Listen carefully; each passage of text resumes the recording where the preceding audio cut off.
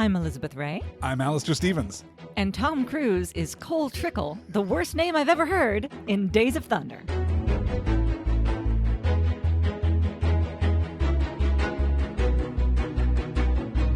Cole Trickle. It's so bad. I wonder if it's going to stop being funny by the end of this episode. Let's find out together, shall we? Let's find out. Because we've already done a lot of the history for the creative team behind this movie, because they did Top Gun, you guys, and because it's the day after Christmas, and because Cole Trickle is one of the dumber names I've ever heard in a movie, I thought we would start with a quick game, a quick rundown of the worst names in movie history, as compiled in part by some random strangers on the internet. Oh, thanks, random strangers on the internet. So okay. Here's the game. I'm going to read the name and the actor and the movie, and you are simply going to tell me if this is a bad name that is stupid, a bad name that is good, in as much as it suits the subject matter, suits the movie itself, or it's secretly a good name. I don't think you'll be using that last one, but let's find out. So, for example, we could talk about everyone's, fourth or fifth favorite Hufflepuff, Nymphadora Tonks. Nymphadora Tonks is a good name. I don't know what you're saying to me right now. I think I see how this is going to go. Okay. Let's talk about Elliot Page in 2007's Juno McGuff. Terrible name. Bad name? Bad name. Bad name that is bad. Juno is cool. McGuff after Juno. First of all, you never do two-syllable names. Everybody knows this. If you're a writer. If you're a writer, then you know that your names need to have different syllables in the first and the last. Yes. Like, that's just different best. stress patterns, yes. Different footprints. Yeah. Yes. So Juno McGuff is bad, except that it is supposed to be bad, so maybe it's the kind of bad that is good. Well, this is my question. Diablo Cody is creating a world Diablo of Cody, awkward all-time ugliness. great name. That's true, actually. Right? Yes. Very cool name. Diablo Cody, very cool. Okay, so good or bad for Juno? For the subject of that film, for the tone of that film. For the tone, it is a bad that is good. Okay, I'll take that. The next one, Point Break, 1991, Keanu Reeves plays Johnny Utah. Johnny Utah is a terrible name. It's a bad name that is bad. It does not fit Point Break, which is a great movie and which you should watch. Yeah, yes, absolutely. Yeah. From Dead Poets Society in 1989, God, I could have picked like 7, but let's do Josh Charles's character, shall we? Let's do Knox Overstreet. Knox Overstreet. Knox Overstreet. Probably the worst name in a film replete with bad names. I think that one is bad. It is cool in a different film. Like, if Knox Overstreet was a character in, say, Scott Pilgrim versus the World, I'd be like, neat. Sure. If this character existed in a cartoon world. Yeah. Yes. Yeah. If there was, like, some anthropomorphic talking animals alongside him. Sure. Which, I mean, Dead Poet Society is not a million miles away from that. Let's move on to an all-time classic, an all-time banger. From The World Is Not Enough in 1999, Denise Richards is Dr. Christmas Jones. Dr. Christmas Jones is terrible. I could have picked hundreds from the Bond movies. Is it just to get the joke? Is it just to get... It has to be, Christmas right? only comes once a year? It has to That be. was the first sex joke I ever got. And started laughing really hard. My parents both stared at me awkwardly. And I was like, absolutely the target audience for that. Yeah. Good name? Bad name in the Bond tradition that fits? It's the Jones that is boring. Like, Christmas is kind of fun and funny. Sure. But it might as well be like Smith and Jones. You know what I mean? It's just too... I think I'm going to say bad. Tradition bad of pairing an unusual name with a very common name is kind of... It's tropey, but I feel that writers do that. Not infrequently. Though rarely, it must be said, in Bond. What is your favorite Bond name? Can you summon one right now? Pussy Galore. It kind of has to be Pussy Galore. It has to be Pussy Galore. Right? Yeah. Molly Warmflash? That's a terrible, real one. Terrible. I mean, Moneypenny is a great name. Sure. What's her first name? Miss. Naturally. Let's move on and change gears a little bit to Transformers Age of Extinction from 2014, where Mark Wahlberg seriously plays a character called Cade Yeager. Cade Yeager is good bad. Or a bad good or whatever it is. Yeah. That's correct for Transformers. That's the right kind of bad name. Sure. Also, he's like a farmer or something too, right? He's like a... No, I believe that he's actually like... Yeah, no, but he's like an engineer. He's like a borderline physicist, genius engineer, I believe. Borderline That's physicist, what genius you do. Engineer, Mark Of course, Wahlberg. naturally, you hire Marky Mark to play intelligence. Yeah, clearly. Okay. The last one that I have here is kind of a cheat because it's clearly a joke in the film, but it is also the worst thing that has happened on screen in a long, long time. And it's particularly bad because it happens to an actress that we really like. Do you remember Minka Kelly in the closing moments of 500 Days of Summer? No. After Joseph Gordon-Levitt has finally broken up with Zooey Deschanel and moved on from Summer. Right. Do you get it? Do you see? It must He meets the girl in the elevator who introduces herself as... It has to be autumn, right? Exactly. Or spring. Yes. No, it's April. Autumn. Of course it is. And rim shot, and we're out to the credits. Good, bad? Bad, bad? I mean, that was a movie that didn't all... Like, people were confused as to whether or not we were supposed to know that this guy was a bad guy. But I think that name helped tip the, like show the hand. Like, no. Huh. We know that this guy is kind of a loser. I don't think that the film agrees with you. You don't think the film knows that? I don't think that the film necessarily knows that he ends the movie in a bad place, too. I think that the film's... Welcome to our Joseph Gordon-Levitt cast. Yeah. I think that 500 Days of Summer believes that his arc is a redemption arc and not a regression to the mean. That it's not just him starting over exactly the same thing again. But honestly, it has been a very long time since I've seen that film. So okay, fair maybe enough. we should watch that for a bonus episode over on the Patreon. Maybe so. Maybe not. So with all of that in mind, how does Cole Trickle stand for you? It's so terrible. Like, as soon as I saw the name, because I think I saw it first on his helmet, right? Yeah, that is where you see it first. And I was just like, oh no. That's your mechanics have played a trick on you. Yes, Cole Trickle. It's the Trickle. Cole is actually a cool name that I've always liked. But that's the problem, right? Is that Cole is maybe like a beat too cool for this guy. For this world of, rowdies and rusties and whatever. Yeah, right? He could have been a Cody. Yeah. Cole is maybe just a bit good. And Buddy and Harry. Yeah, you're right. So what's your experience and your history with NASCAR racing? Almost none, I have to say. Yeah. So when I lived in Wisconsin, I hung out with a bunch of people who were like farmers and mechanics and blue-collar rural people, and learned a lot and had a lot of fun ATVing in the backwoods and getting trucks stuck in mud and big bonfires and Miller Lite, and had a good time. And once I went to somebody's cousin's house or something, and they were all watching NASCAR. And I just got bored really immediately. Like, it just didn't take long at all. I also had an uncle for a little while named Racin' Ron, who used to not drive NASCAR, but the same like circuit. What do they call it? Circuit racing? Like stock car racing. Stock car racing, yeah. He used to do that. And so I went and saw him race once.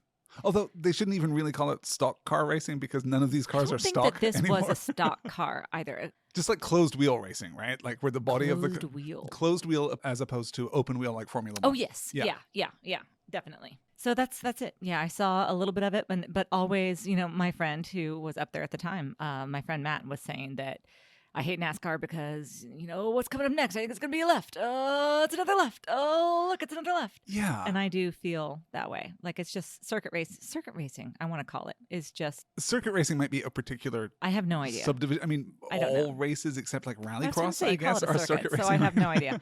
But I think that it is... I didn't know very much about it, but watching this movie, I have probably 8 different notes that are like, what the fuck is NASCAR?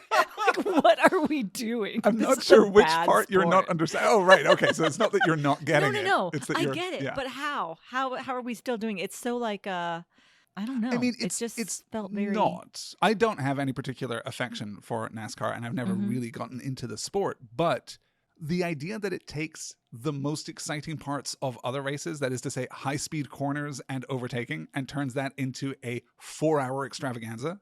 So it's kind of like an endurance race. It has elements of those kind of very long-form races like Le Mans or like the Dakar Rally or things like that. But it's coupled with, this super high intensity.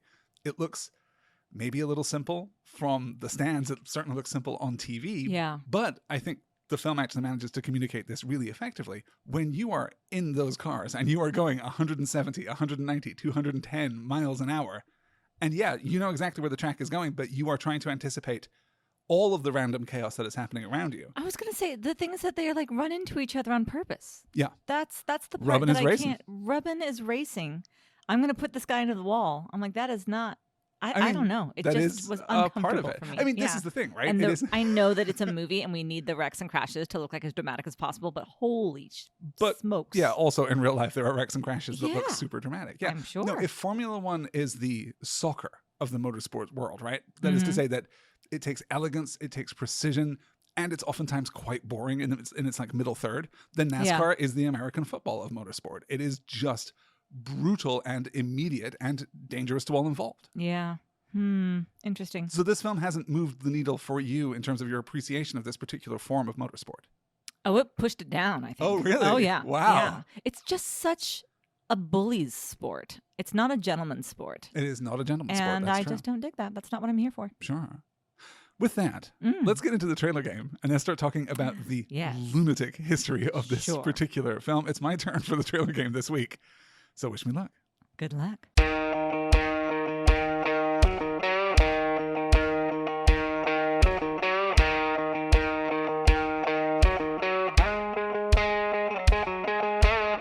Oh man, you want to see some cars go fast? These cars go fast, and not in like a Tracy Chapman fast car kind of way, but in a race around a big ring fast car kind of way. You want to see Tom Cruise go at enormous speed again? You liked it the first time? Let's do it all over, this time with 4 wheels steadily on the ground. Top Gun, this is Top Gear. Tom Cruise, Robert Duvall, Randy Quaid, and that woman from the AMC ads who wears the shiny, shiny suit, because in a place like this, heartbreak feels good. This summer, cars go fast! I wish that we had video of your face just then. It was just, really unhinged for a moment. That was fun. I'm glad that we don't. So previously on The Last Star in Hollywood, obviously, Jerry Bruckheimer and Don Simpson, Mr. Outside, Mr. Inside, Hollywood producers par excellence, team up with former commercial director Tony Scott, brother of Ridley, to make the swaggeringly macho, but actually really very good Top Gun. Yes. It is a, checks notes, very popular film. The team goes on from Top Gun to direct Beverly Hills Cop 2 with Eddie Murphy, a movie that makes $300 million off of a budget of $27 million, but it isn't quite the success of the original 1984 film. The critical response is mixed too, and people are wondering if the original film needed a sequel that added so little new to the recipe. Hear, hear. Yeah, you know, we might circle back around to that at the end of this week's podcast. Normally, this is the point in the proceedings where I talk about a screenwriter working alone in an artist's garret with a stub of a candle and a wish of a hope of a dream that they can write 90 pages of a screenplay and sell it for lots of money. But that's not where this film starts. This film starts, obviously, with Paul Newman, who, on the set of The Color of Money, introduced Tom Cruise to stock car racing. Weird. Okay, that's Newman interesting. has been a racer by that point for like 15 years. That's right. We talked about that. Yeah. Okay. Cruise gets into it, decides that it's very visceral, very immediate, very cinematic, and decides himself that someone ought to make a film about it, and it might as well be him. I saw his story by credit. Yeah. He conceives of the original story in part. That's a complicated story too. Sure. But he goes back to producers Bruckheimer and Simpson and says that they should start developing the film, which they do. Hollywood veteran screenwriter Donald Stewart is hired to write a draft. He works with Cruise, and he claims even today that the story that he laid out, the first draft that he wrote, is still the heart of the film, though, of course, he is now uncredited. Warren Scarron, whose uncredited work saved Top Gun, is said to have written 7 subsequent drafts for this film, but none of those are quite right, and he doesn't get credit either. Robert Towne, who was a long-standing screenwriter, kind of a legend in the business, a known script doctor. He had written the script for Polanski's Chinatown and won an Academy Award for it, right? Sure. He's brought in to write and is now the only credited screenwriter, though, as you say. Cruise also gets a story by credit. But even at this point, as the rough shape of the story is coming into view, Cruise doesn't like it. Simpson doesn't like it. Bruckheimer doesn't like it. It's not doing what they need it to do. And they are, it must be said at this point, kind of skeptical about how much you really need a script to make a movie. Yeah. You're anticipating where this is going. Yeah. The film was originally called Born to Run, then Daytona. They started shooting Days of Thunder on December 11th of 1989, just before the opening of Born on the 4th of July, and 2 days after Cruise had filed for divorce from his first wife, Mimi Rogers. The theatrical opening was scheduled for May 23rd, 1990, Memorial Day weekend. They did not, when they started shooting, have a finished script. Wow. So the production begins in Charlotte, North Carolina. Shots are taking forever to set up and then being scrapped. Robert Towne, the screenwriter, takes it on himself to build a barn for a sequence that will take place in a barn. He doesn't like the barn that is built, so he tears the barn down and builds another one, and then cuts that sequence from the film entirely. Oh, no. Crew members are already, within the first 2 weeks, working 18 or 20-hour days, Not cool. racking up enormous amounts of overtime. No, Well, these are union guys. Okay, they I are was about to making say, their money. This is why we need Absolutely. a union. Yes. But already, 2 weeks in, the project is bleeding time and money. Yeah. They move production to Daytona in Florida in late January to shoot the Daytona 500, and the production takes over that town. The producers start throwing elaborate parties at which co-eds and tourists are invited to hang out with Simpson and Bruckheimer with the promise that, who knows, you might even meet Tom Cruise.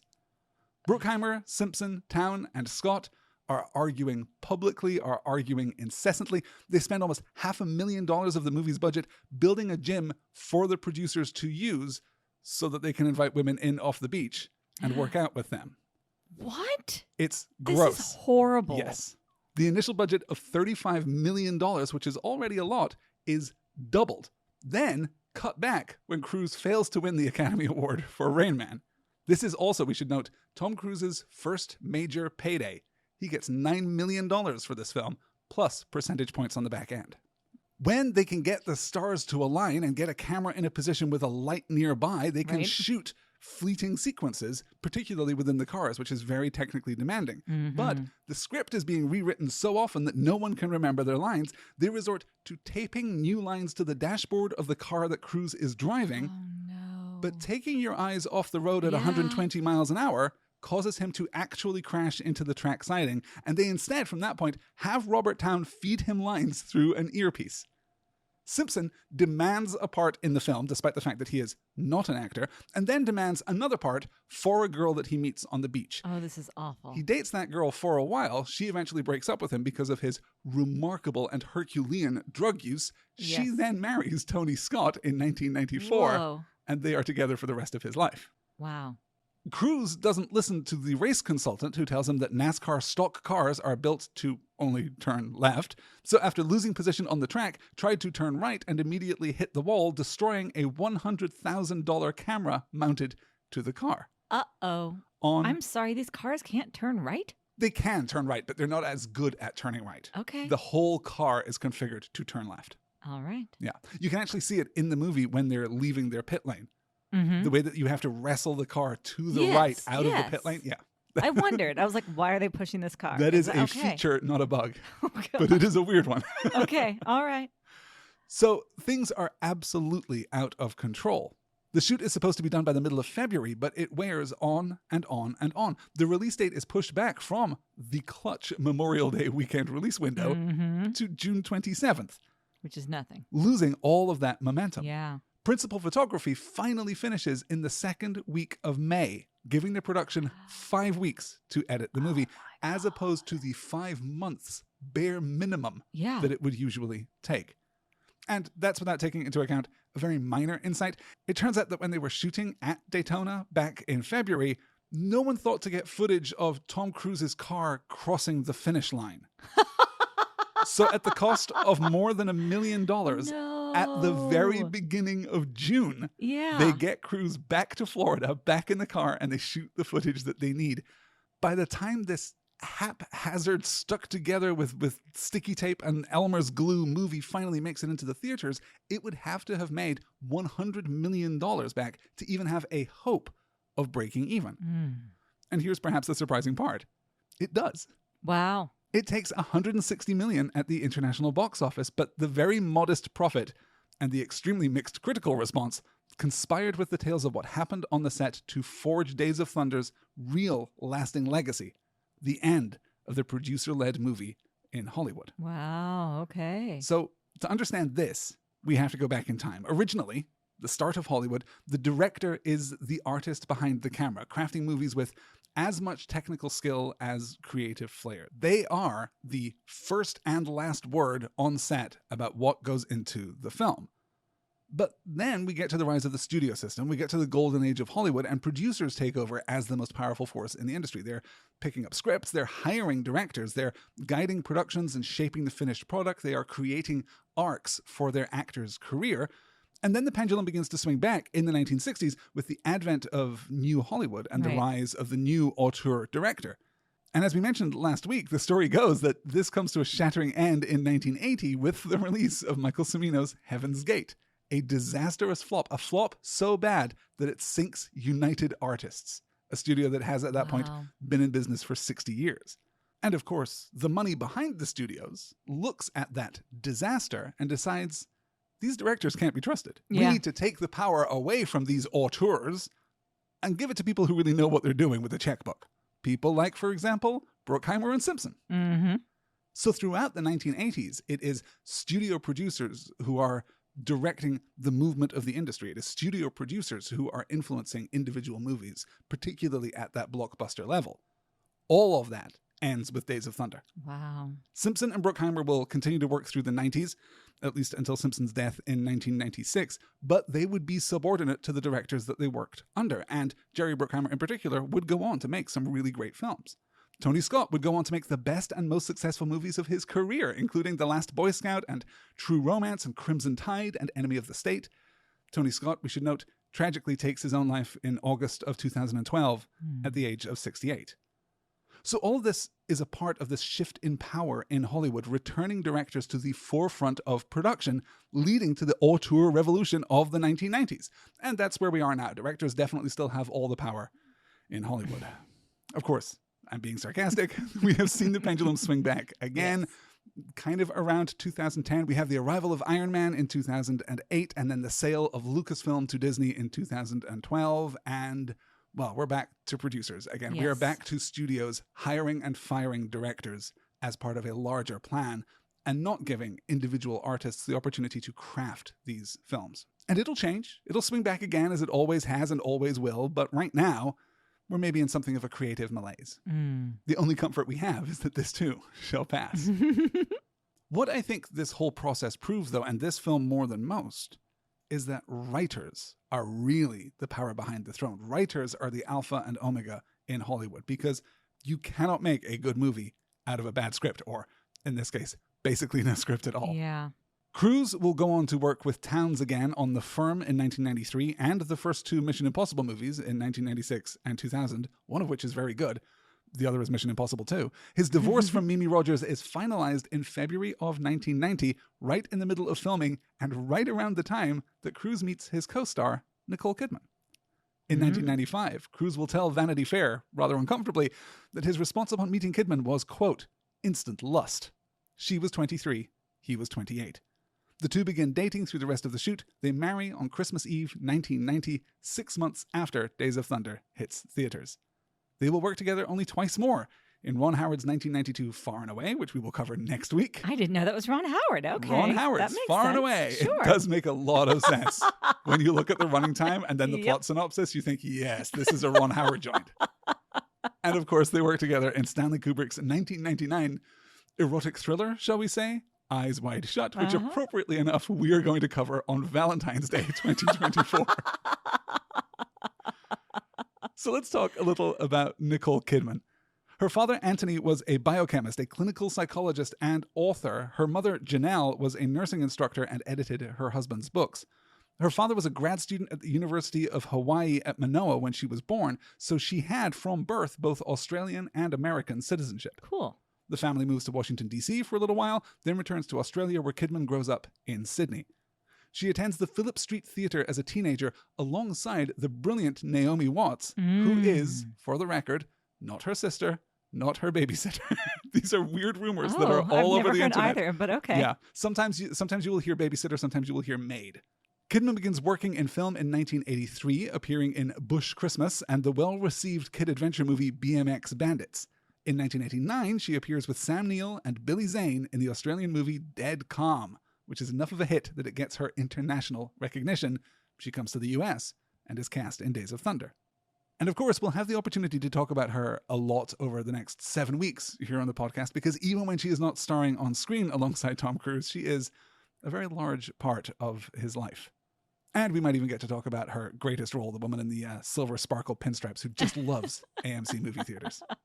Do you hate that ad? I don't hate it. I know that people hate it, and I just, like, it's fine to me. I don't understand why people hate it so much. Like, it's cheesy, sure, but that's kind of what you expect, right? It's sincerity, isn't it? Isn't sincerity the anathema of youth? Like, goodness. Can we gird ourselves with sufficient irony to make it through the day? I do understand the impulse, let me tell you. No, the reason that I ask is that I secretly like it too. I think it's really good. Of course and I think do. She's brilliant in it. She's lovely. Yeah.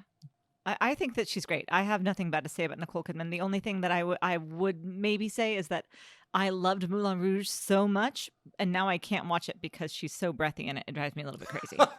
But not as crazy as Ewan McGregor drives me. So I don't know. That's maybe just a film of its time. Yeah. Maybe you just had to be 15 when it came out or whatever it was. 16 maybe? Yeah, I think 16 when it came out. Billy Ray, the writer of that AMC ad, says that he has a new one coming out next year. He also says that Heartbreak Feels Good in a Place Like This is the best line that he has ever written. Which, it is good. It is good. You know, like, you can't argue. Yeah. The rest of the cast of this film is, of course, like weirdly spectacular. It is a weirdly stacked cast. Yeah. Although I feel that none of these characters are characters. They're all so underbaked. Like, if the actors weren't there, they could all be the same guy. They're such cardboard cutouts, which makes sense now that you tell me there was basically no script. Yeah. You can find vestigial elements of some of those early drafts all over this film. I think, right? There's a version of this film that is about the death of a racer at the Daytona 500 last year. This is Buddy, right? They're talking about Buddy's exactly car. Right. Yeah. Which is clearly supposed to give us like some kind of motive force for Harry at the beginning of the film. It's clearly supposed to be significant to the sport as a whole. Yes. John C. Reilly's standing right there playing his son. His son, right? Yeah. Yes. So we spend maybe 5 minutes setting that up at the beginning of the film, but that is not what this film is about. It doesn't go anywhere. Yeah. So we have a weird orphaned scene right at the end of the movie where we kind of touch on it again as though we are bringing closure to a story that's been running this whole time, but we aren't, and it hasn't, and nothing is there. And that is what the film is. It is this Frankenstein's monster of plot and subplot kind of cobbled together. Yeah. But ultimately, we get nothing. There's very little left at the end. Yeah. Very little heart to the film. Exactly right. And no emotional arc, right? Right. Yeah. The closest is I like the line that Cruz has or Cole Trickle has at the end. Still funny. Good. Right? Checking in. All right. Terrible. That's a terrible name.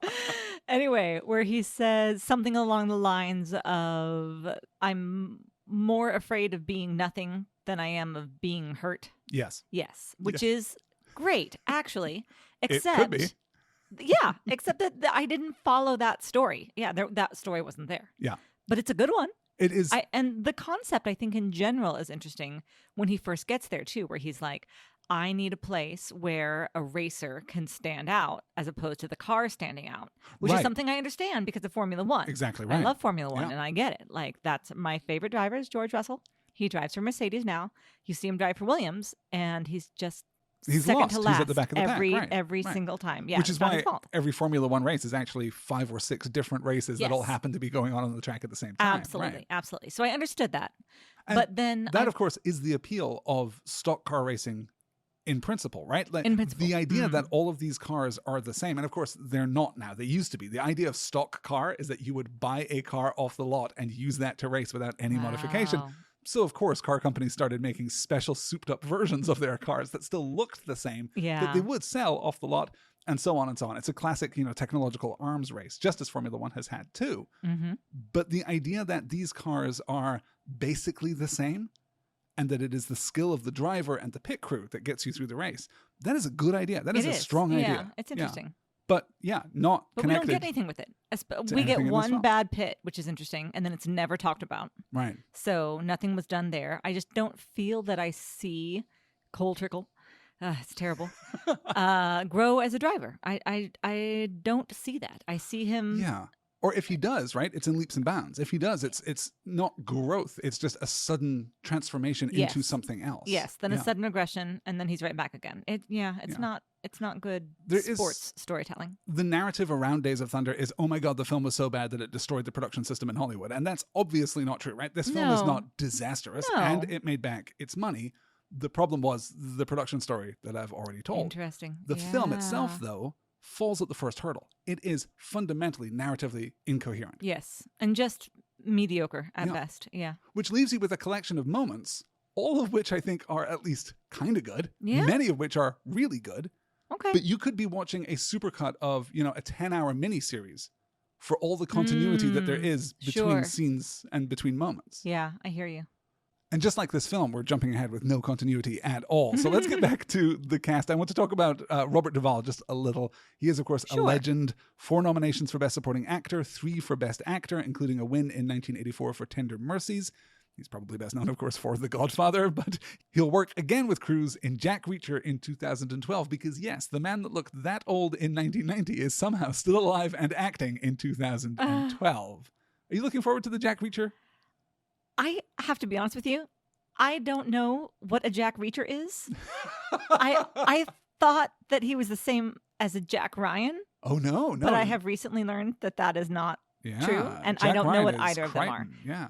Clancy. No, not Crichton. Clancy. Good Lord. Yeah. Jack Ryan, Jack Reacher, Tom Clancy.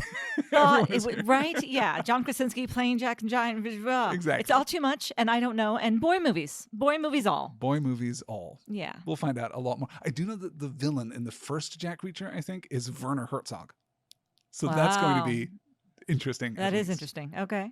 Let's talk about Randy Quaid, shall we? Randy Quaid has worked in almost 100 movies, including The Last Picture Show, Midnight Express that we mentioned last week. It's always Independence Day for me. The National Lampoon Vacation series, and a taut little character drama called Independence Day.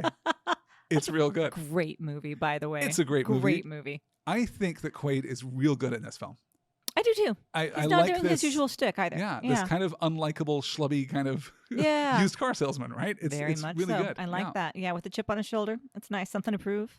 Carrie Elwes, meanwhile, is a stone-cold legend. He breaks out in 1987's The Princess Bride, then goes on to play the Val Kilmer analog in Hot Shots, which is funny because, of course, he is playing the Val Kilmer analog in this film, too. I did not know that, and I'm thrilled. Oh, no. Did you forget that he was in Hot Shots? I did forget, yeah. Oh, we're just going to have to end up watching Hot Shots. I think that we are. It's going to happen one of these days. He's in Bram Stoker's Dracula. He's in, of course, Robin Hood Men in Tights. He's in Twister. He's in the Saw movies, which I have not and will not see. And, of course, most notably, he's in A Castle for Christmas with Brooke Shields in 2021. Which is kind of cute, y'all. It's kind of cute. It's not bad. He does a nice Scottish accent through it, too. And you're particular about this. I am. Okay, I like that. He will work again with Tom Cruise in 2023 in Mission Impossible Dead Reckoning Part 1. And Carrie Elwes, I have to tell you, is literally the only thing that makes me even a little bit interested in watching Zack Snyder's screw you guys, I'll make my own Star Wars Rebel Moon. Oh, no, that's not even true because Corey Stoll is in that film, too. I do love a Corey Stoll. I love Corey Stoll. To manage I don't think expectations. I can watch Rebel Moon, though. They are both like 50th in the cast list. Yeah. But maybe we'll just watch their scenes on like the YouTube. Corey and Carrie together again for the first time. Yeah, we will have to find their scenes for sure. Yeah. Oh, I like them both. So the cast is really fantastic, I think. But disconnected from one another. Yeah. A lot of really great character actor work. I love when Scott slows down. And I think that this actually does show a real evolution in his style from Top Gun. We can just have dialogue sequences now. He can just plant the camera and let these characters act against one another. We only get it a couple of times. I have to say, I don't remember that from this film, but I believe you. In the trailer, right before we get the ridiculous... In the trailer, right before the cop comes. Yeah. We get a couple scenes in that trailer. It wasn't until they got pulled over that I realized they were in a trailer, by the way. Isn't that great? I guess it is. I kind of really like that. I thought they were in a dive bar or something. I don't know where I thought they were. I wasn't really thinking about it. It felt like a magic trick. Yeah. It felt like, we're hanging out behind the garage. We're hanging out in Harry's office at the garage or whatever. Yeah. But no, the reveal that we're in the trailer is, I think, pretty good, followed by maybe the worst moment in the entire film. I don't think that moment was as bad as the callback to that moment with Nicole Kidman. That's extremely fair. That was the nadir of the film. I think maybe kind of counting those two moments as one. But yes, absolutely. Both bad.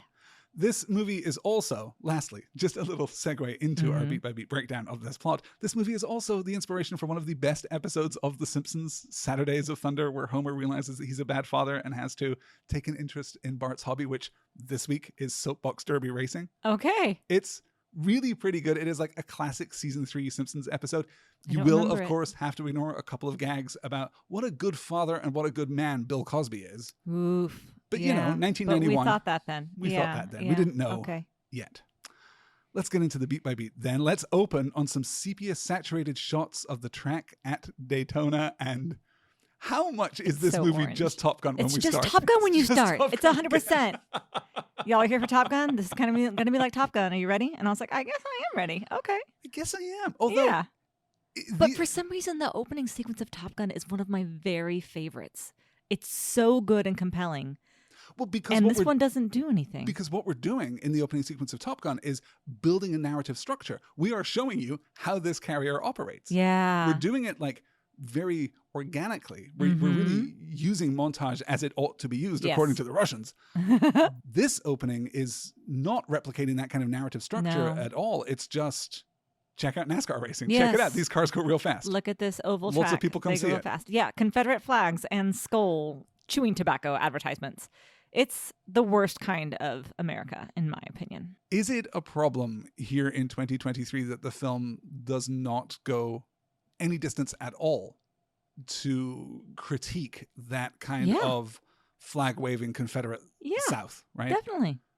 Just don't have it there. Just omit it. And I don't understand. Is it fan service to the NASCAR people that they feel seen in this movie that is not about I don't them in any know way? that it's NASCAR fan service as much as it's just NASCAR, as much as it's just they literally went to Daytona and filmed the 500. They literally had cars on the track going around with cameras mounted. So all of that stuff is basically real. There are a couple of insert shots that we pick up, as I said, at the beginning of June of 1990. That makes terrible sense, and I hate it. But And I would have omitted it. I would a lot of it is real I would life. have lost it in the edit, I think. But what you get on the other side of that, I think, is a real kind of visceral authenticity. And the thing that Tony Scott can do better than perhaps anyone else in cinema history is shoot vehicles going real fast. He manages to communicate speed. True. In a way that, as we discussed at the beginning of the show, watching NASCAR on television does not communicate speed. Honestly, one of the questions I had while I was watching it was, how fast do these cars go? Because it does seem really fast, but when I have seen a little bit of NASCAR on TV, it doesn't seem that speedy. The tracks vary in size, so the severity of the corners changes. The smallest, shortest track is about a half mile, and the longest is about 2 miles. Okay. So it's going to vary. I wondered about that, because then they were like, oh, this is the one difficult turn. I was like, it's an oval. I don't understand. Oftentimes not an oval. Grading? It is the grading. It is, where it is on the track. And I mean, the track is not symmetrical. It is not just a simple oval. It is usually like a squished oval. One side will be flat to give you a long straightaway. You'll have 2 balanced corners, and then you'll have 1 sharper corner. Okay. All right. Well, fair enough. But, I mean, basically an oval. It's not a the Monaco Grand drawing Prix. Yes, of an exactly. oval. Yes. Exactly. The race pace for most NASCAR events is between 170 and 190 miles an hour. That's These fast. cars, of course, did not go that fast. Yeah. They did go 120 miles an hour. That's pretty damn fast. What is the fastest you have ever driven in a vehicle? Or been in a vehicle that was someone else was driving? In a car on the ground? Am I allowed to discount being in a jet airplane? No. I mean, like probably 90.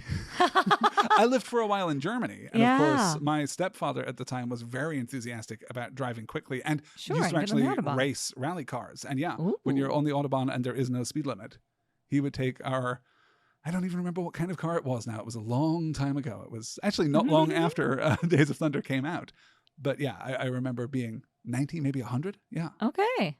I know, have a real need for speed, to coin a phrase. I have lost some of it as I have matured gracefully, I'm sure. But yes, when I was probably around 18 or something, I would often take mine up until the governor kicked in, which was at 110. So, and this was just in Wisconsin. And I would take those stinking back roads, those like county roads, County H. I would drive from the Dells into Reedsburg at about 80 the whole way, which is insane to me now. Yeah. I would never. Have you ever tried track driving?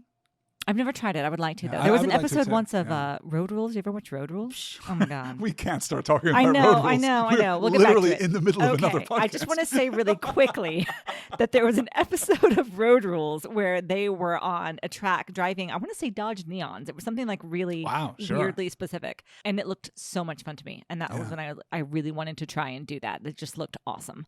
And that might have been part of my driving so fast in Wisconsin, because they're beautiful roads to take fast. Television does change the way we behave. I blame everything on MTV.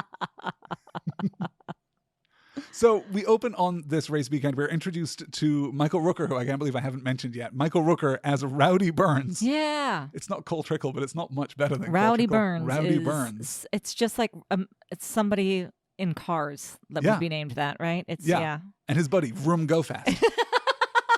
You mean Russ Wheeler? I do mean Russ Wheeler, actually. Yes. Gear Shift McGraw. There's a fine line, actually, between Days of Thunder and the movie Cars. Yeah. Right? It's not that fine. To go back to the Paul Newman of it all? Yeah. What do you think of Michael Rooker in this film as Rowdy Burns? You're basically familiar? You have like the pop cultural osmotic knowledge of Michael Rooker? Only you know that basically, he's a Walking Dead. You know he's a Yondu Yondu from Guardians of the Galaxy. Yes. Guardians for sure. I don't think I knew about Walking Dead, but I've only seen like 2 episodes of Walking Dead, so that doesn't surprise me. His thing is basically to play a Southern psychopath. I have to admit that I'm generally a little tired of Michael Rooker's shtick over the last 10 years. He has kind of been typecast. I think he's brilliant in this film. I think he's so comfortable on screen. And maybe this is just because I know him as an actor already. Yeah, it might be. And seeing him in this mode is not something I've gotten to do before. And yeah, I think he's really good here. Okay. I'll have to take your word for that. The second character that we see on screen, by the way, the other driver, is Don Simpson. That is his little cameo right here at the beginning. And the girl right next to him is the girl that he wanted to find the part. Yeah. Awful. We hard cut out to North Carolina and local Chevy dealer Dayland hiring Harry out of retirement to build a car and start a team. I want to say, I think North Carolina looks awesome. North Carolina does look awesome. Really beautiful and idyllic. Really does, I kind of wanted to just up and get a farmhouse there immediately. There's a bit of a problem in this film, I think, consistently with either color grading or exposure. You noticed, I think, a lot of underexposed. It feels to me underexposed, yeah. I mean, they just didn't have time to expose it properly. It's just so grungy. It is. And obviously it's supposed to be, and I mean, NASCAR is grungy in itself, but it did not work for me. And it's the way I think about the kind of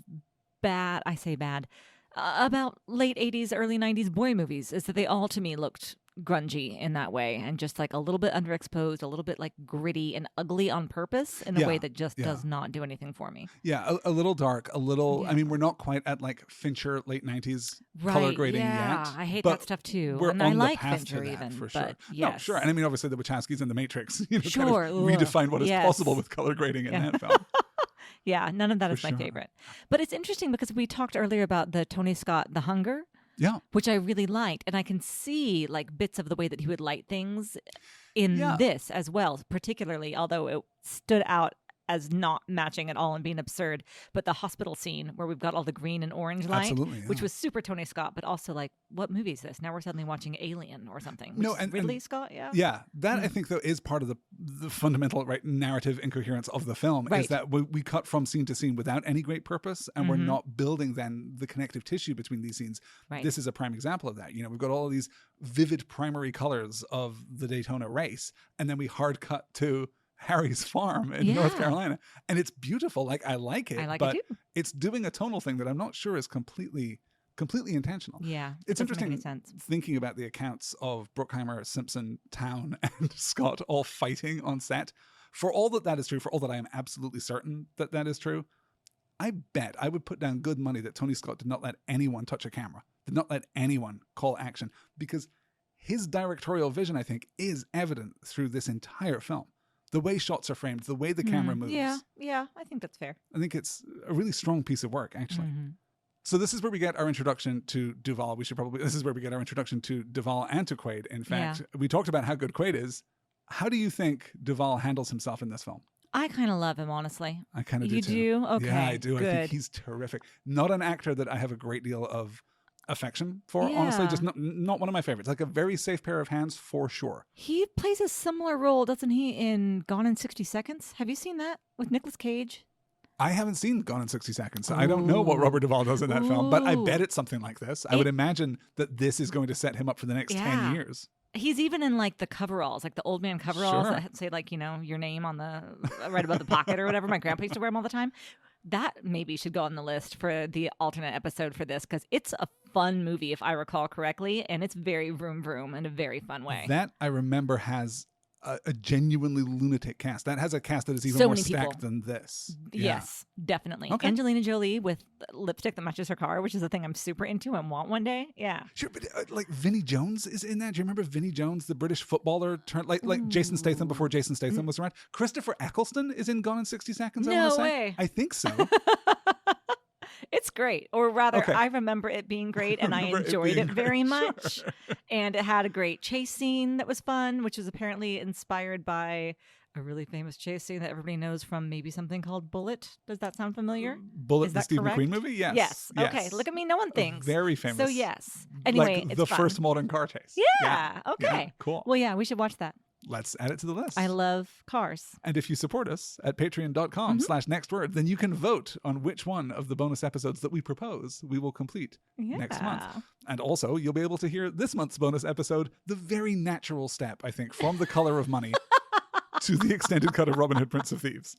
Yes. We are, as of this recording that tomorrow, and that's going to be a blast. Wild. Yeah. But yes. So I have to say, in general, that I am on board with this movie through this opening sequence with Quaid and Duvall. I think it's so good. It's so grounded in character. It's so grounded in, like, we are, I think, articulating our desires a little too readily. And part of the problem with this film not being able to mediate between scenes is that there is no subtext in this film whatsoever. Every single thing is just said out loud. But this is there's a kind of melodramatic intensity to but that, I like the way they do this. it with Duvall, too, with Harry. I love Harry talking to the cars. Harry talking to the cars is one of my favorite things. I think it's Absolutely, fantastic. Like they're horses. It's beautiful, and I love exactly like that, right? Yeah. That's clearly what we're trying to evoke. We're clearly trying to evoke this, like, worked for me. It's an older world. It's this handcrafted living thing. Yeah. Yeah. It's beautiful. So it turns out that there's this hotshot young race driver who can turn everything around and make all the difference. He used to drive open wheel racing in the World of Outlaws series. Worse still, he's from California. But when he shows up, it's Tom Cruise, so everyone's just fine. That was so weird. The line about if you're from California and you're not from anywhere, and he's like, oh, what, is he a Yankee? It's like, who calls a Californian a Yankee? I guess I don't know. Just, when you're in North Carolina, thing, like, right? he's not Southern. I guess NASCAR which I think is what like we're doing. specifically... It's very broadly Southern. I think there are maybe 4 races that take place outside of, quote unquote, the South. Like there's maybe Phoenix and Vegas. Yeah, Phoenix was and one LA. I saw. And maybe there's one more out there that I can't call to mind right now. But mostly, of course, it's the former South. What do you think of Cole Trickle showing up at the circuit on his motorcycle in his coat with all this hair going on? It's so Top Gun again. Maverick riding into Miramar. Yes. Like, we're just doing it again. Again, replaying the hits, which I'm kind of fine with. But what I was expecting and what we didn't do, and what I thought was really nice and refreshing, is I was expecting the same kind of like Maverick arrogance. And we didn't get that. We got a really humble, insecure guy coming off of that motorcycle. And I thought that was interesting. Insecure might be a stretch. But insecure might be pushing it. But it's certainly a different kind of arrogance, right? It's a different kind of confidence. He's much more... Because, of course, Maverick, as a naval aviator, is incredibly technically literate and proficient. Yes. These and planes in the top 1%. do not fly themselves, right? Yes. Whereas this guy doesn't know anything about cars, as we will learn, and really is, driving with a natural talent, a natural genius, which we can attribute to Maverick in Top Gun, but that's not really what the text is telling us about him. Yeah. And let me ask you this question very bluntly, is this the hottest Tom Cruise that we're ever going to get?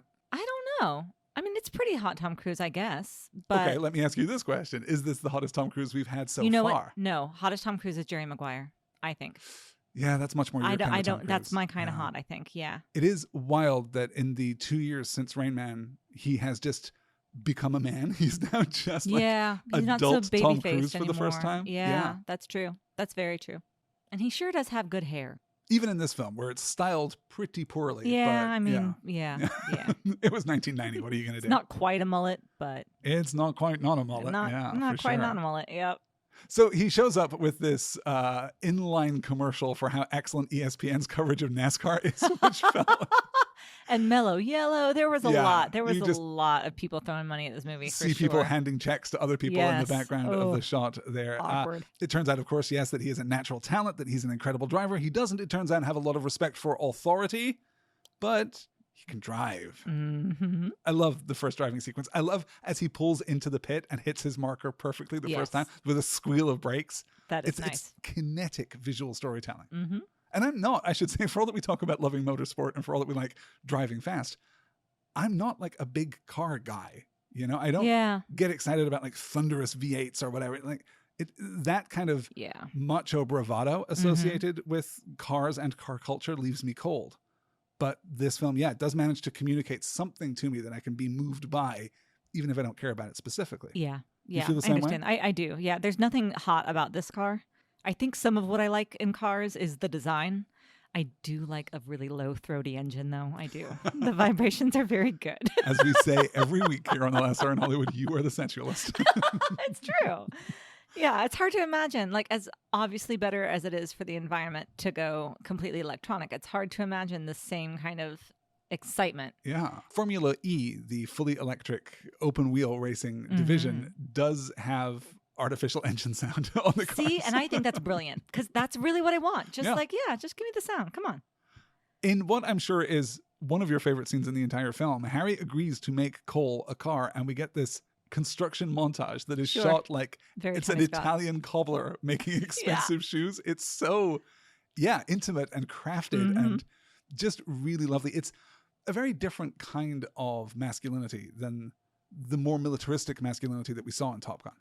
Yes, I think so. I do like the craftsmanship for sure. Yeah. It is too bad when they unveil the car and it's ugly as sin, I think. But you know what? That's fine. It is, but it has a kind of attractive ugliness. Like, you're right. It's garish. It is garish. Yeah. Okay. But it has a certain quality of I don't know, a luminosity to it. Bam. Yeah.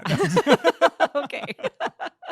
Ka-chow, if you will. Ka-chow. It has a certain ka-chow. Before we know it, though, the car is complete and we jump out to Phoenix, Arizona, where Rowdy is testing Cole's nerve on the track. This is where we learn that rubbing is racing, a phrase that is repeated maybe 7 times through the course of the thing. Race after race, Cole is hitting the wall. He's hitting the other cars. He's hitting the pit lane. He's, good, but unschooled. That's what we do through this opening montage. The joke about the pit crew being too busy eating ice cream to change his tires, by the way. Yeah. A real event. 1987, the Southern 500 event, the crew of Hendricks Motorsport could not take their car into the pits because the pit crew was eating ice cream. That's so ridiculous. I don't know. That didn't work for me. I mean, I guess they were just, hazing him a little bit? No, I think they were having ice cream. This is terrible. Bad writing. I don't like it. Even if it did really happen. This is a bigger question, right? Yeah. Does this film, though it obviously has a respect for Harry and it obviously has a respect for the very heroic drivers of these cars, this film does not have a respect for the pit crews, right? It doesn't have a respect for the engineers. No, none at all. For the people who are doing the work. Well, and also it doesn't... I didn't feel that whoever wrote it did enough research to make me feel like they knew more about NASCAR than I did. Oh, that's interesting. In what way? For example, when he's telling them, don't pass on the outside. You're like, okay. But then immediately, no, go ahead and pass on the outside. So, okay, already nothing means anything. And then the whole, I put on special tires. Oh, I'm just kidding. I just said that for... It's just all nonsense. Like, it's the way I feel like a 5th grader would write a scene about racing. You know what I mean? Like, it just doesn't... Yeah. It just feels made up.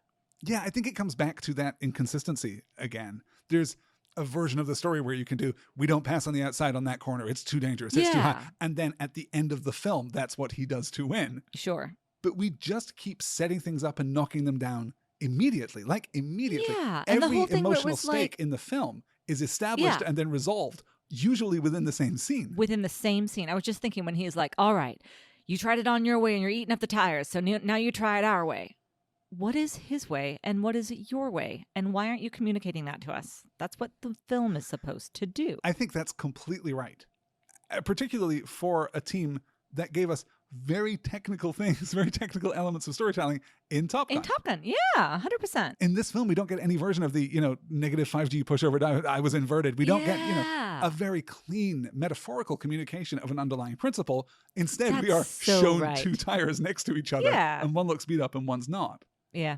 It's not as good. Yeah, that inverted shot was awesome. Yeah. That was so cool. We don't get anything like that. And then, and even coupled the with the cars, after-the-fact explanation. Squishing them between each other and shoving them into the wall just looks...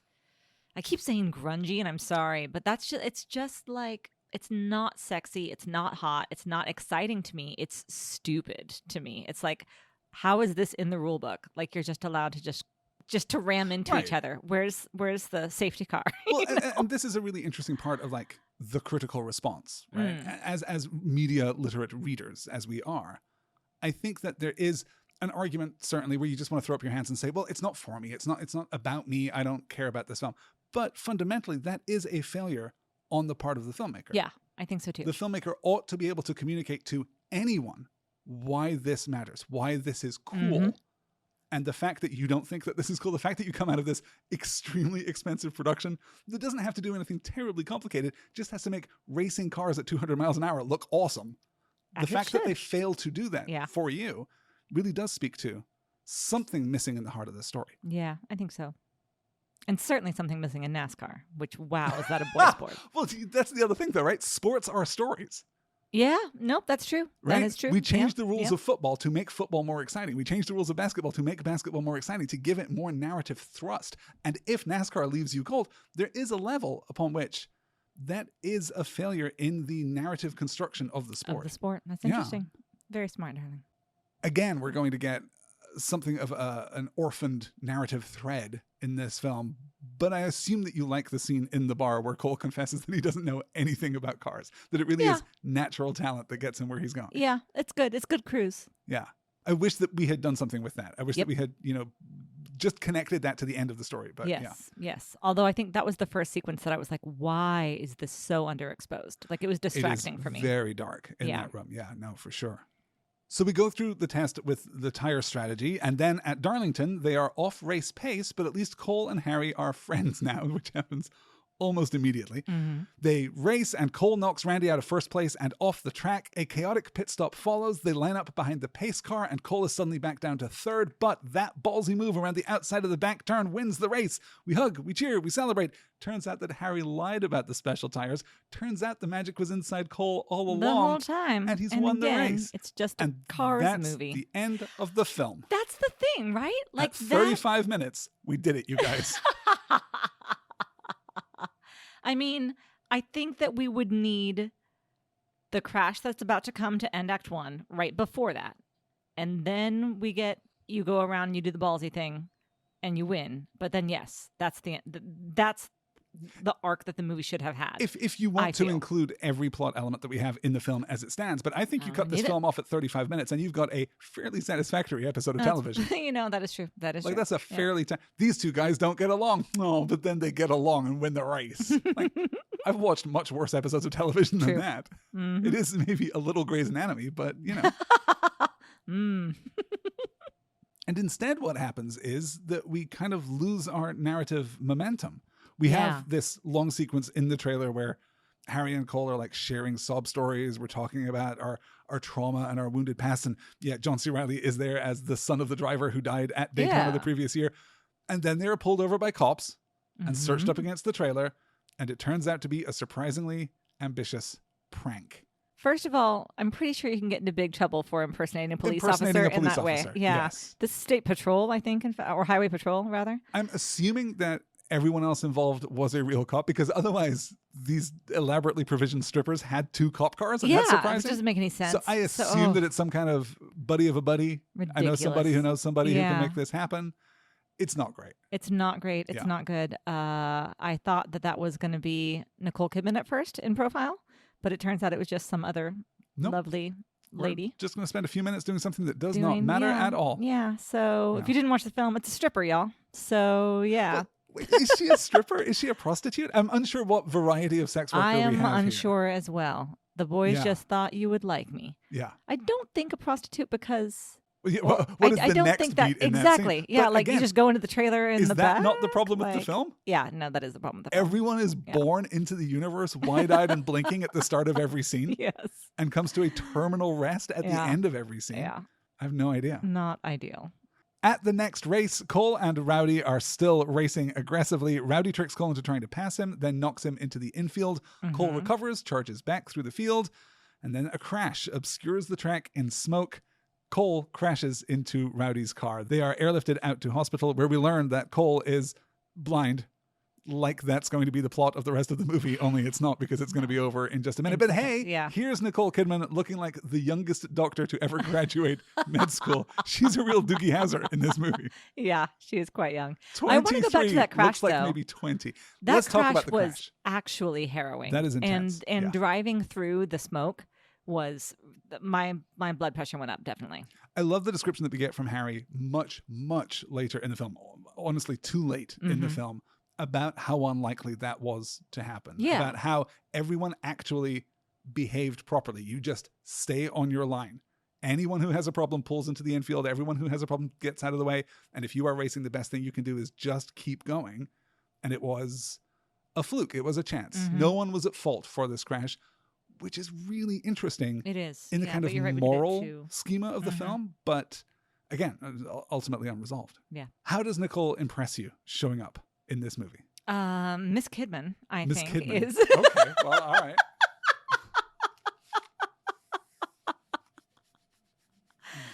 Is lovely, I think. She has a real seriousness about her that I really enjoy. She had a kind of no-nonsense, especially for as young as she must have been. Would you say 23? Yeah. Yeah. I thought she was wonderful. Yeah, and it's distinct from what she's going to do a lot in the years after this film, which is just playing an ice queen all the time, being very stern. Yeah, I suppose so. There's definitely a warmth here and a kind of spontaneity that I like a lot. Yeah. And here we get another outstanding moment where Tony Scott just locks off the camera and lets his people act, because we have this sequence where Cole is in the MRI machine. When he gets that line about, when I'm driving, I have someone in my ear talking to me. And great line. It's really good. It's really nicely done. Yeah. And then she kind of warms and says, we'll take good care of him. Yeah. That's lovely. That's nice. Then, though, Cole wakes up in his room to find his vision returning. The team comes to visit. Cole takes Dr. Lewicki to be another elaborate prank. And oh, how we laughed. It was the least funny thing I may have ever seen. It was so uncomfortable. Oh, I don't know. Because we follow that up with a really fun joke about how an orderly doesn't speak English, and then we race wheelchairs through the hospital. And I said earlier that there's maybe nothing in this film that is actively bad. But yeah, all of this is actively very, very bad. Cole Trickle actually takes the Dr. Nicole Kidman's hand and puts it on his She's cock. not Dr. Nicole Kidman. Well, okay. Dr. Dr. Claire Lewicki. All right. Dr. Claire Lewicki. Anyway, it is deeply uncomfortable and upsetting. It is profoundly uncomfortable, yes. Yeah. Especially since there were 3 other men cracking up about it in the room. Yeah. Not funny. Even at the basic level, not at all funny. Nope.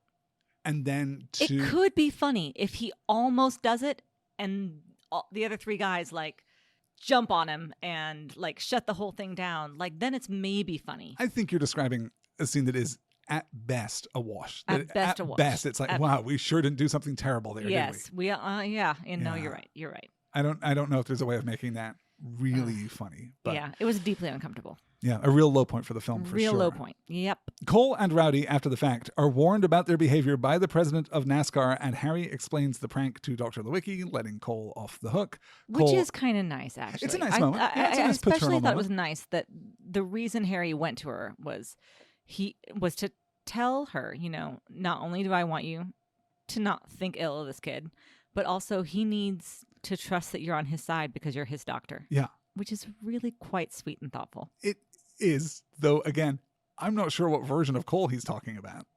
This idea that Cole is this somewhat needy and emotionally neurotic. I think that he definitely needs people in authority telling him that he's good and doing good. Right? Isn't that his whole thing with Harry? I mean, sometimes it is. Yes. Yeah. No, for sure, though. That's one of the versions of this film. Yeah, absolutely. But not all of the versions of this film.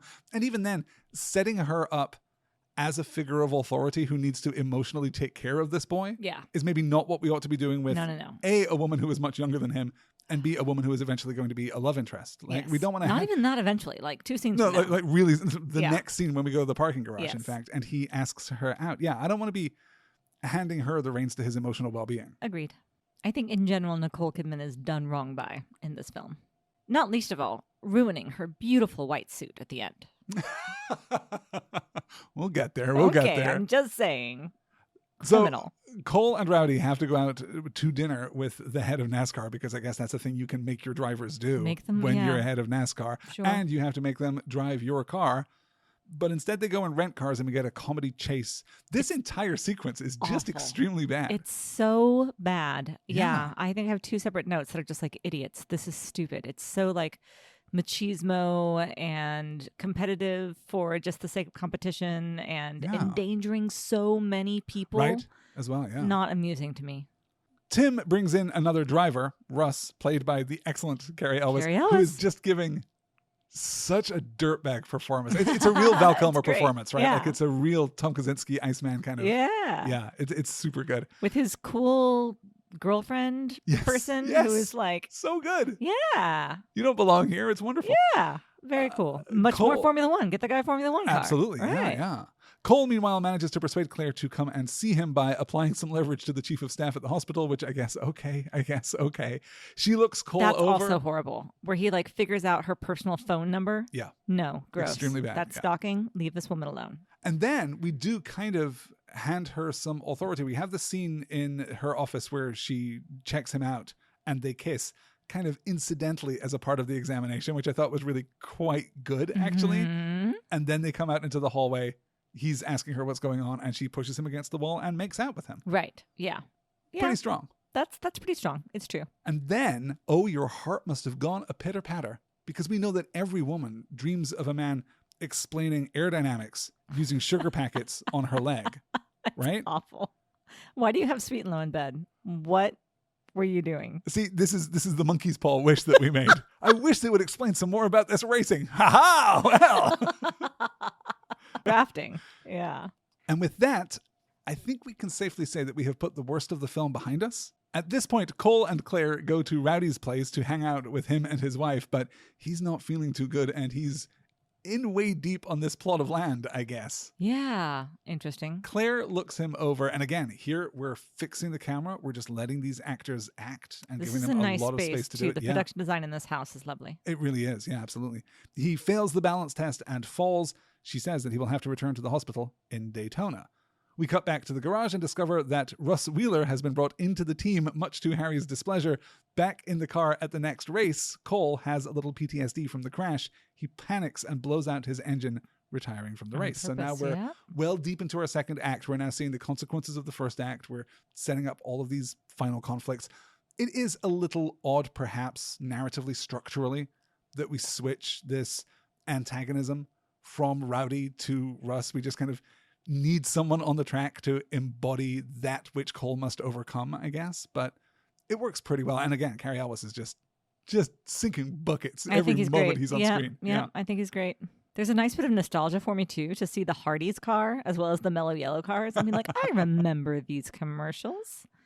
I remember that Hardee's cinnamon raisin biscuit in the morning. That was a good biscuit.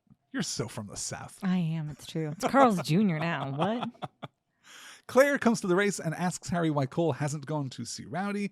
Harry tells her that racers don't want to be reminded of their mortality.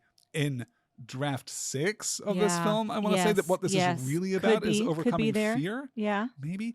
During the race, Russ blocks Cole in the pit lane. Tensions are high, but Russ forces Cole to the infield and wins the race. Cole returns to the pits, has his tires changed, then returns to the track, deliberately smashing into Russ, destroying both cars and getting them both fired.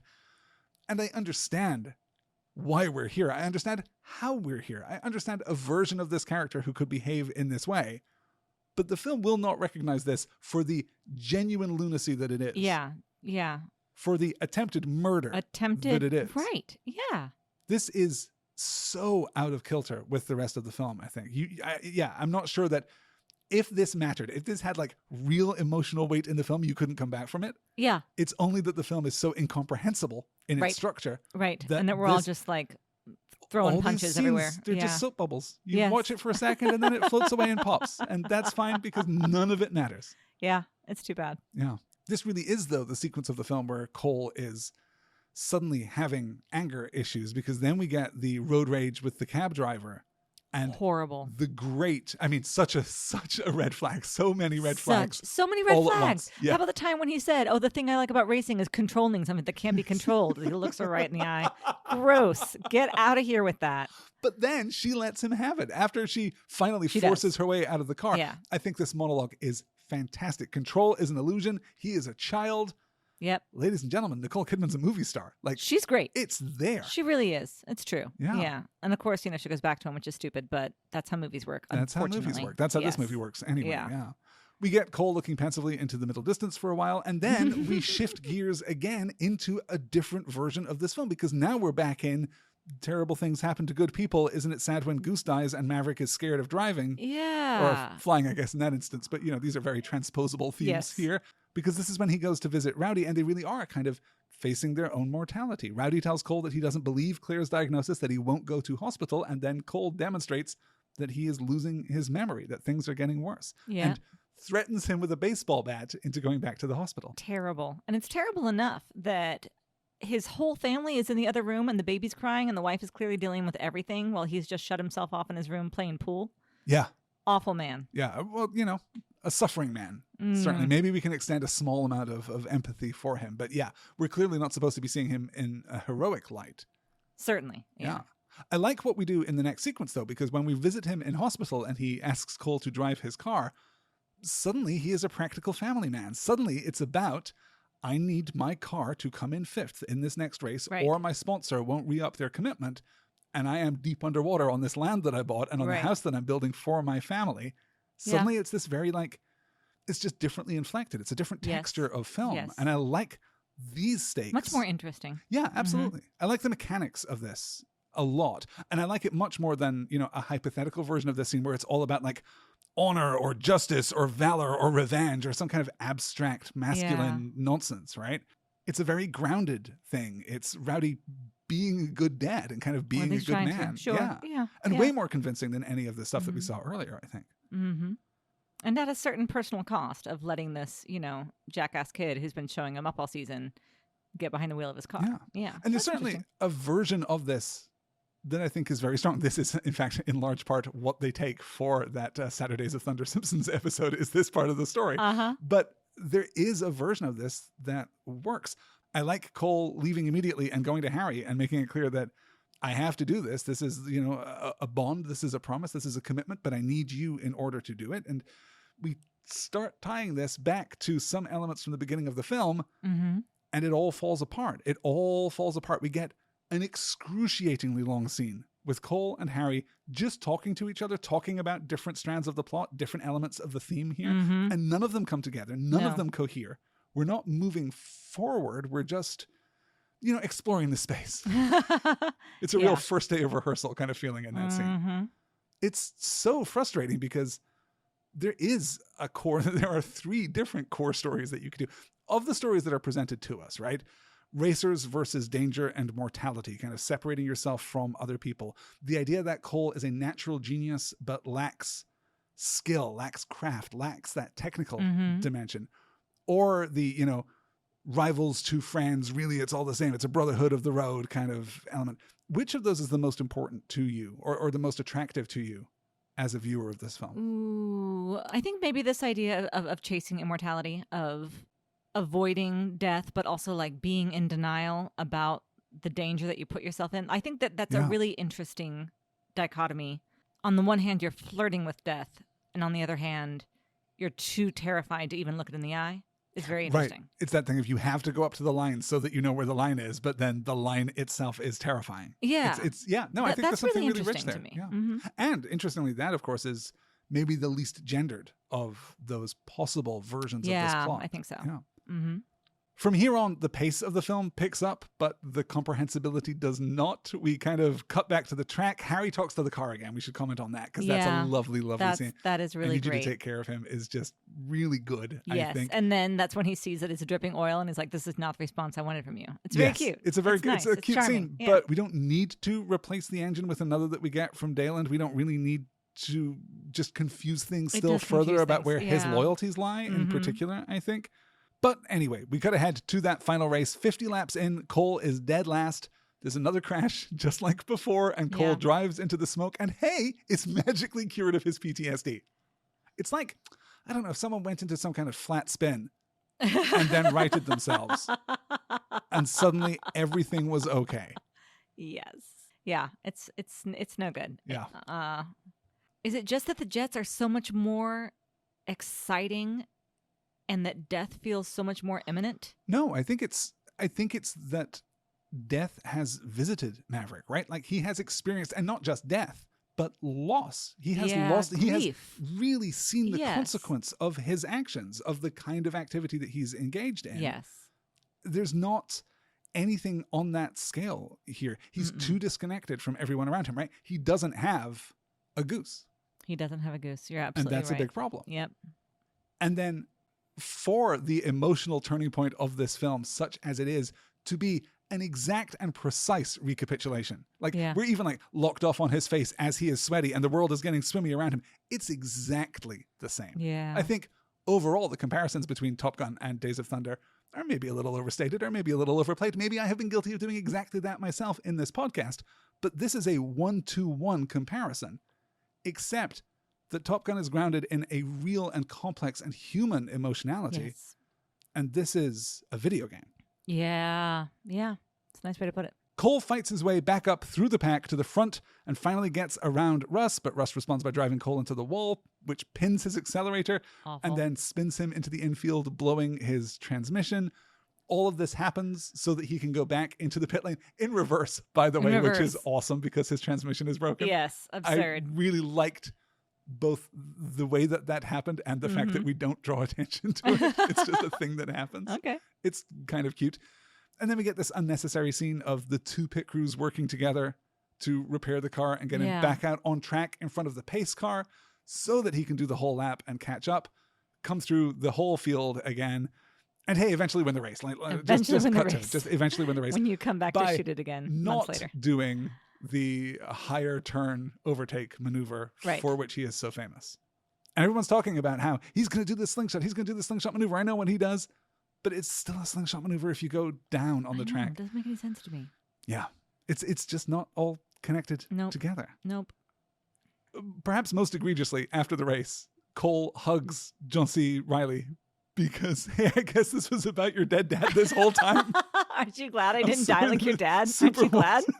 We've shared like 6 words. I know your name. I definitely know your name. I'm not just calling you John C. Reilly through this entire recap. That's for sure. And then we go and talk to Harry in a scene that doesn't really land an emotional punch. I thought when he looked over there that Harry would have like died from a heart attack, but no, he was just sitting down taking a breath. Telling you that that's what's happened. Yeah. It's so messy. And then undisciplined. They have a foot race. And I'll say this, Robert Duvall runs like a man half his age. True. Tom Cruise, one of the world's premier runners on film, has not yet figured it out. Hasn't figured it out quite yet. Kind of, there's a little bit of flailing. There's a real goofy grin. Such a goofy grin, which we just freeze on. Yeah. And that is somewhat anticlimactic. Don't forget the part where he kisses Nicole Kidman, Dr. Claire. We wanted to talk about Claire Lewinky. Yes. Dr. Claire Lewinky. Let's call her by her formal title. Yes. I'm so sorry. Dr. Claire Lewinky. Who wore an incredible white suit to this NASCAR race, which was maybe a mistake, but that's okay. And when Cole Trickle, God, it's a terrible name, pulls his helmet off and his face is half soot.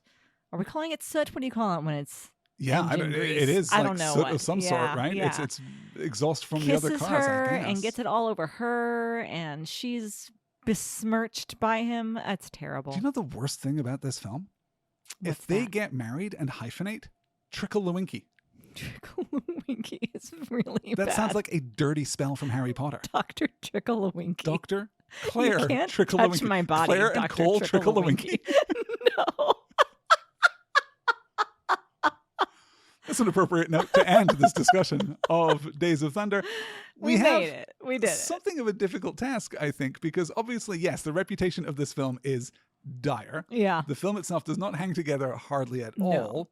We have discovered in the process of moving through this beat-by-beat story that, yeah, there's a lot in the middle act of the film that is outright bad. Mm-hmm. Where on earth do we put this on the list? God, I mean, it's just mediocre all the way through is the problem. It's got some pretty low moments. You're right. That low moment with Nicole Kidman, with Dr. Lewinky and him just putting her hand onto his crotch was one of the worst things I have ever seen. Plus wheelchair racing, plus rental car racing. Yes, really, that was all bad. That whole middle section. His blindness that goes away like immediately, Stupid. even though it's introduced as though it's going to be a major dramatic element in the rest of the film. And the high note is just what? Robert Duvall horse whispering cars. Basically, Robert Duvall talking to anyone is basically good. Yeah. Any scene that he's in is better than any scene that he's not in, I dare say. We do have, I think, the sex scene itself is so bad because of the sweet and low packets or whatever he's using on her leg. But the makeout in the hallway is genuinely hot. And I think they have some chemistry here. Sure. I mean, it's inescapable that Dr. Claire Lewinsky is just too good for Cole Trickle, NASCAR driver. Definitely. But I mean, also, Nicole Kidman's probably too good for Tom Cruise, too. So definitely. I think the world agrees. Yeah. I'm feeling like it kind of reminds me with the iconicity, but not very goodness of Risky Business. Where like you watch it and you're like, oh, it's a whole thing that I watched. Oh, Risky Business is currently number 5 on our list of 12. So that's, solidly in the top half. Oh, okay. Above Risky Business is The Outsiders and below Risky Business is Cocktail. Oh, Cocktail's an interesting point of examination, right? Because Cocktail, the highs are high, but the lows are low.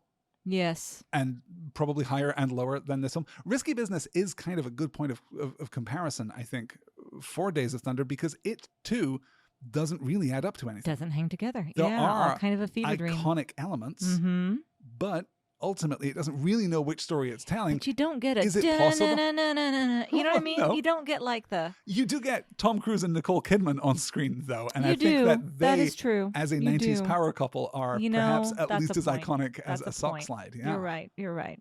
And I think there's nobody in Risky Business that's as good as Robert Duvall. There's nobody in Risky Business that is as good as Tom Cruise in Days of Thunder. I think that he delivers a really solid performance.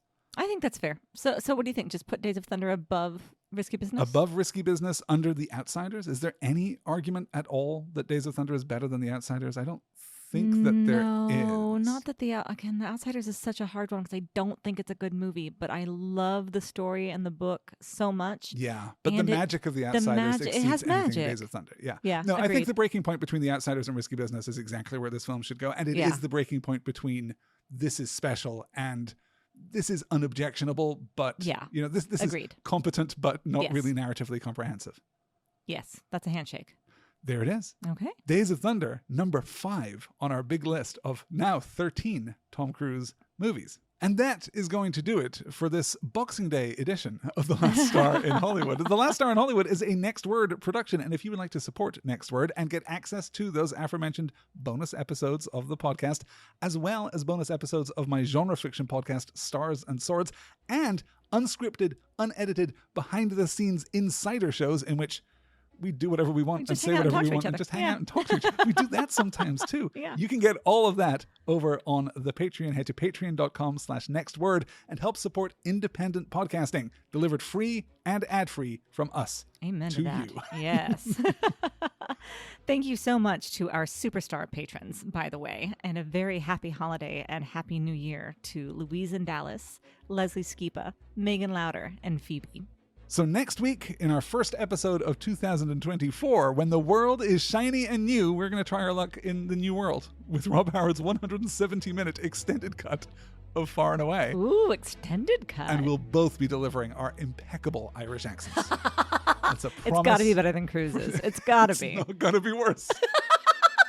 This is a real glimpse into our alternate reality podcast about Nicole Kidman. Yes. That is absolutely a Nicole Kidman film, also featuring Tom Cruise. I completely agree. Yeah. That's how I remember it. I think it is mostly a very bad film, but I am looking forward to talking about it. A lot of Enya. We're going to get a lot of... I'm here to talk about Enya. For sure. Yeah. So that's next week on The Last Star in Hollywood. Until then, thank you guys so much for listening. We'll see you next time.